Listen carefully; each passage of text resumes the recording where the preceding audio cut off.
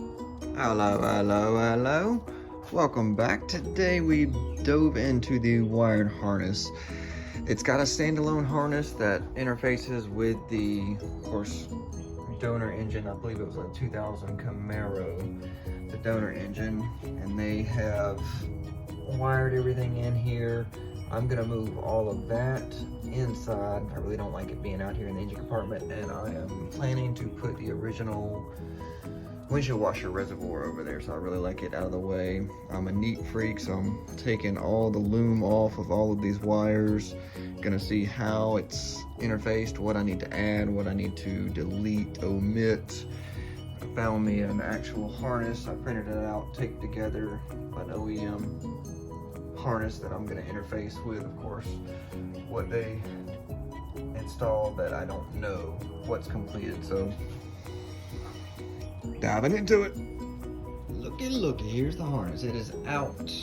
Took some doing, took a lot of doing, but I'm gonna clean it up a little bit more, make my changes, because of course I'll switch the alternator side, so I'm gonna run a alternator wire through here, and these different little wires, they'll be running inside the cab versus on the outside, so I'll have to run them back down the line and just clean this up, install it, and make all my connections in with here. And we'll be getting rid of a few things in here. We'll be getting rid of that regulator. We don't need that since the alternator on this LS1 is internally regulated, and of course that's where I want to put my air box, so that'll be nice to get rid of that. Let's get it. Here we are moving along with this project. I did not intend on getting into the OEM factory harness, but ended up tearing it apart a little bit. I don't like the way that they wired the alternator in, so I'm gonna change up that wiring a little bit, add it, delete it.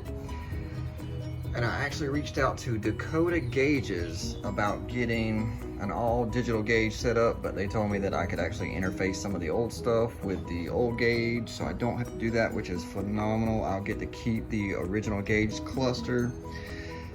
I found the original, well not found, but purchased the original sensor that came on the engine that was originally installed, the coolant temp sensor, little adapter.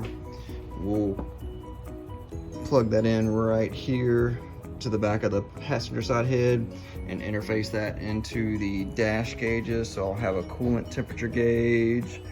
I did remove the ECM, cleaned it up, made it look better. Like I said, I'm a neat freak. I like my stuff to look nice.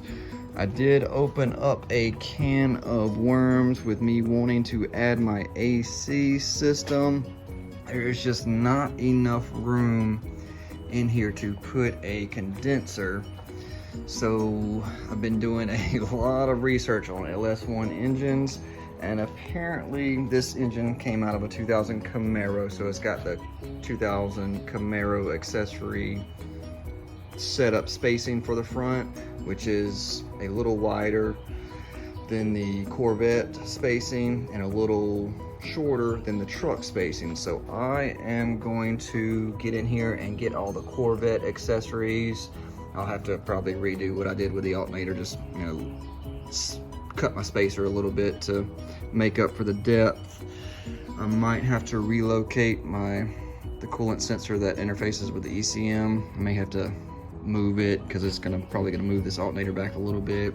I'll have to change up my crankshaft pulley, and of course get the setup for the actual AC system over there.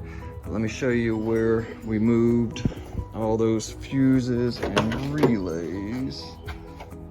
And see, that's the original gauge cluster I'm gonna keep. And I actually did a little more research on the transmission, this T56. I can actually take the end of the bell housing off, send it off. They can machine it, adapt it where the cable will interface with this and run it. I just have to give them all my specs.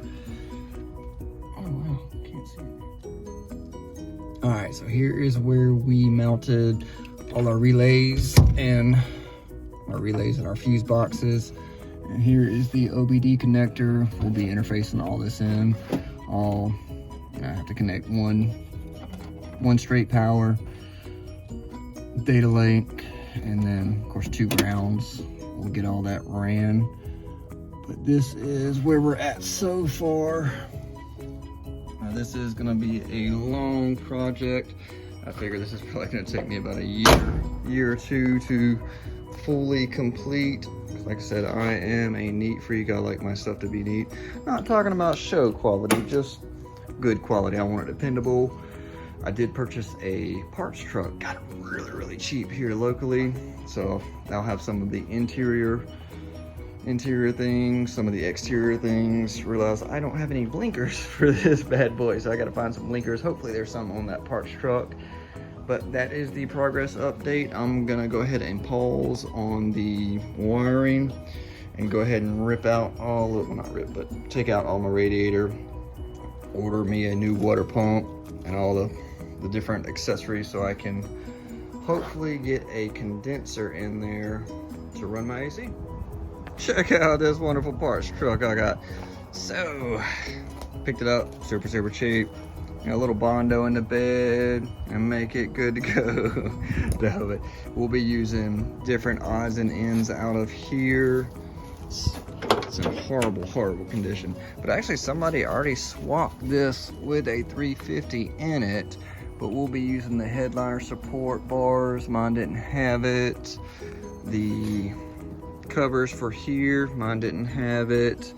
Other little odds and ends. The wing lock on mine is missing, so we'll be using that. Hopefully some of that door hardware or the window hardware is good over there, because the one on my truck is actually damaged. Oh yeah, look at that. We got Flintstone brakes in here. little rot indeed. But hopefully we can use more than just nothing on here. And look, I just looked and it does have blinkers. They're not the greatest condition, but we'll see. Maybe we can get new lenses for them or something and still use them. But check out this. Somebody already put a 350 in this bad boy, so that's pretty awesome. They actually had a V6 badge on this, so I guess they were trying to be funny. But that's the parts truck. Once I get done using all the parts and pieces, we will be taking that to the scrap yard because I don't think much is salvageable. And here is something else. Hopefully I'll be able to use in my truck because it's still got the factory rear end in mine. And this was of course powered by a 350. I'm not sure what rear end this is. I'll have to research, see if it is beefier, what gearing it is, because I actually want 373 gears. If this doesn't work out, then I'll probably just bite the bullet and go with a Ford 9-inch rear end and go from there. So with the intake removed and the upper radiator hose removed, you can see that there is really not that much spacing in between the radiator and the front of the pulley. And that's what I've looked at. I think the 05 Corvettes, they've actually got a shallower pulley. So that'll probably give me hopefully 1.5 inches. And then the actual hose portion, I think I'm gonna get the one that actually enters whatever right here. So it'll be just a nice clean run right there where I don't have to come back through here and interfere with my intake I'm putting in there. But gonna get this all measured up and get removed. Here we are, radiator is removed. I've got the front lip in place real quick just to see how much room we have. It's not very much. There's about 7 inches from the front of the crank pulley to here. And I discovered I've got a underdrive pulley, so I can't put the factory Corvette style pulley on here. I would be hitting into the framework and I'm not about to start messing with that. So we're probably gonna have to leave that there. Figure we'll get the Corvette style water pump with spacing, leave the alternator where it is, and then of course get the Camaro spacing for the AC bracketry, and then try to sandwich in a radiator, condenser, and a cooling fan. I'm gonna order parts, get to repairing or replacing, making it happen. Till next time.